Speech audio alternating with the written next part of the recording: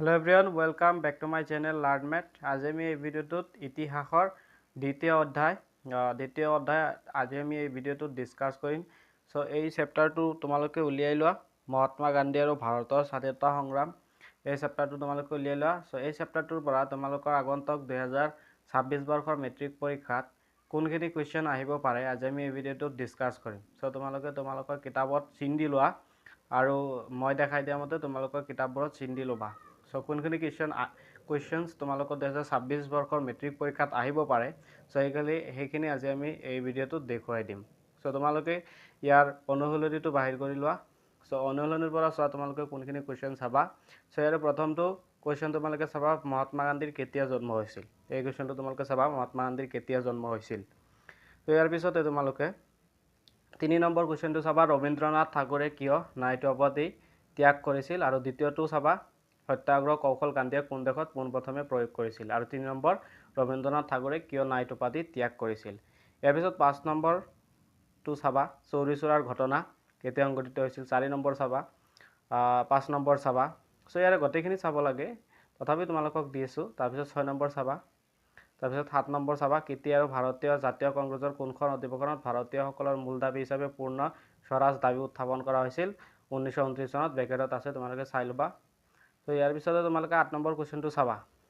এই কুৱেশ্যনটো তোমালোকে চাবা গান্ধীজীয়ে হৰপমতী আশ্ৰমৰ পৰা দাণ্ডিৰ সাগৰ পাৰলৈ লোণ আইন ভংগ কৰিবলৈ গৈছিল।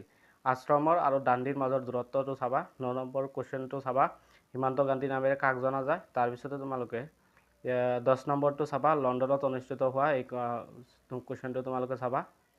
10 নম্বৰটো লণ্ডনত অনুষ্ঠিত হোৱা দ্বিতীয় ঘূৰণীয়া মেজমেলত কোনে কংগ্ৰেছক এককভাৱে প্ৰতিনিধিত্ব কৰিছিল। তাৰপিছত 11 নম্বৰটো চাবা। 12 নম্বৰটো চাবা কোনটো আন্দোলনৰ সময়ছোৱাত গান্ধীজীয়ে কৰিম কিংবা মৰিম শ্লোগান দিছিল। ইয়াৰ পিছত তোমালোকে 13 নম্বৰটো চাবা আজাদ হিন্দ ফৌজৰ প্ৰতিষ্ঠাতা। 14 নম্বৰ মোক তেজ দিয়া মই তোমালোকক স্বাধীনতা দিম এই বিখ্যাত বাণীটো কোনটো ভাৰতীয় নেতাৰ আছিল, এইটো চাবা। 15 নম্বৰটো চাবা ভাৰত আৰু পাকিস্তানৰ মাজৰ সীমাৰেখাক কি বুলি জনা যায়। দীঘল উত্তৰৰ প্ৰশ্নৰ পৰা 1 নম্বৰ চাবা সত্যাগ্ৰহ বুলি লিখিব, গোটেইখিনি চাবা। 4টা স্থানীয় হেৰিৰ বিষয়ে লিখিব লাগিব। 3 নম্বৰ কুৱেশ্যনটো তোমালোকে চাবা। 3 নম্বৰ কুৱেশ্যনটো চাবা যে 2020 চনত গান্ধীজীয়ে কিয় অসহযোগ আন্দোলন আৰম্ভ কৰিছিল, ইয়াৰ কাৰ্যসূচী তোমালোকে চাই থবা।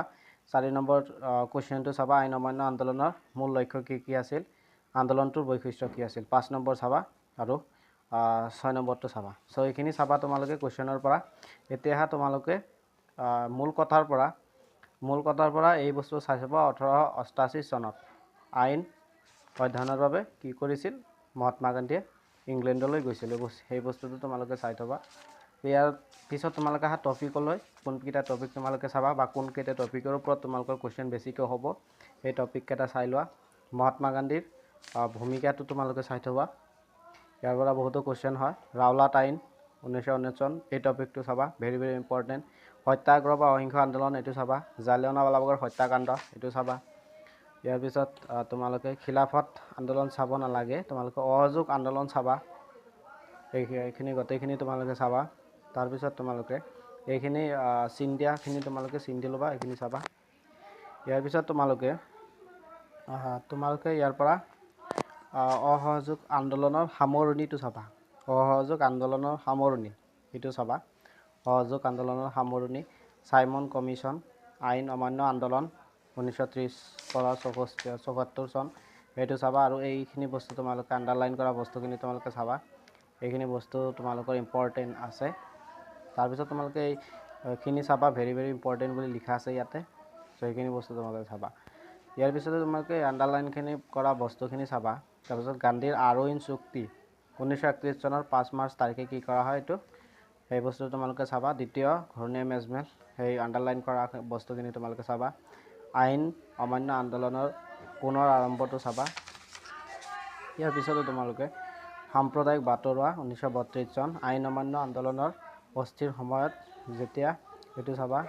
কংগ্ৰেছ মন্ত্ৰীসভা গঠন, গোটেইখিনি পাকিস্তানৰ দাবী, ব্যক্তিগত সত্যাগ্ৰহ অক্টোবৰ 30, ক্ৰিপছন মিছন ভাৰত, গোটেইখিনি তোমালোকে টপিক চাবা। ভাৰতীয় জাতীয় সেনা বাহিনী এইটো চাবা। চ' এইটো তোমালোকে চাবা। জাপানৰ হাতত আক্ৰমণ এইটো বস্তু আণ্ডাৰলাইন কৰা আছে, তোমালোকে আণ্ডাৰলাইন কৰি লোৱা। তাৰপিছত এইটো চাবা আণ্ডাৰলাইন কৰাখিনি তোমালোকে স্ক্ৰীনশ্বট মাৰি লোৱা, সেইখিনি তোমালোকৰ কিতাপত চিন দি ল'বা। তাৰপিছত বসুৰ বিখ্যাত মোক পিয়াজ দিয়া, মই তোমালোকক স্বাধীনতা দিম, উক্তটো অনুপ্ৰাণিত হৈছিল কাৰ আছিল এইটো মনত ৰাখিবা। নেতাজী সুভাষ চন্দ্ৰ বসুৰ তেওঁৰ বাণীটো আছিলে, মনত ৰাখিবা। ইয়াৰ পিছত 1947 চনৰ 3 জুনৰ ঘোষণাপত্ৰ, ভাৰত আইন অমান্য আইন, আৰু ইয়াৰ পিছতে এইখিনি বস্তু তোমালোকে চাবা। 1947 চনৰ 17 আগষ্ট ৰেড-ক্লিফ ৰেখা, আৰু তোমাৰ যিটো সেইটো ইয়াতে কুৱেশ্যন আছিল যে পাকিস্তানৰ সীমাৰেখা কি বুলি জনা যায়, সেইটো এনচাৰ ইয়াতে আছে। এই বস্তু তোমালোকে মনত ৰাখিবা। সেইখিনি চালে হৈ যাব, আৰু তোমালোকে কিতাপটো ভালকৈ পঢ়িবা, তেতিয়াহ'লে তোমালোকৰ হেৰি হ'ব। আৰু ইয়াৰ প্ৰথম অধ্যায়টো আমি দিছোঁ, আৰু চেনেলটোত নতুন হৈ থাকিলে চেনেলটো ছাবস্ক্ৰাইব কৰি দিবা, আৰু কাষত থকা বেল বাটনটো অন কৰি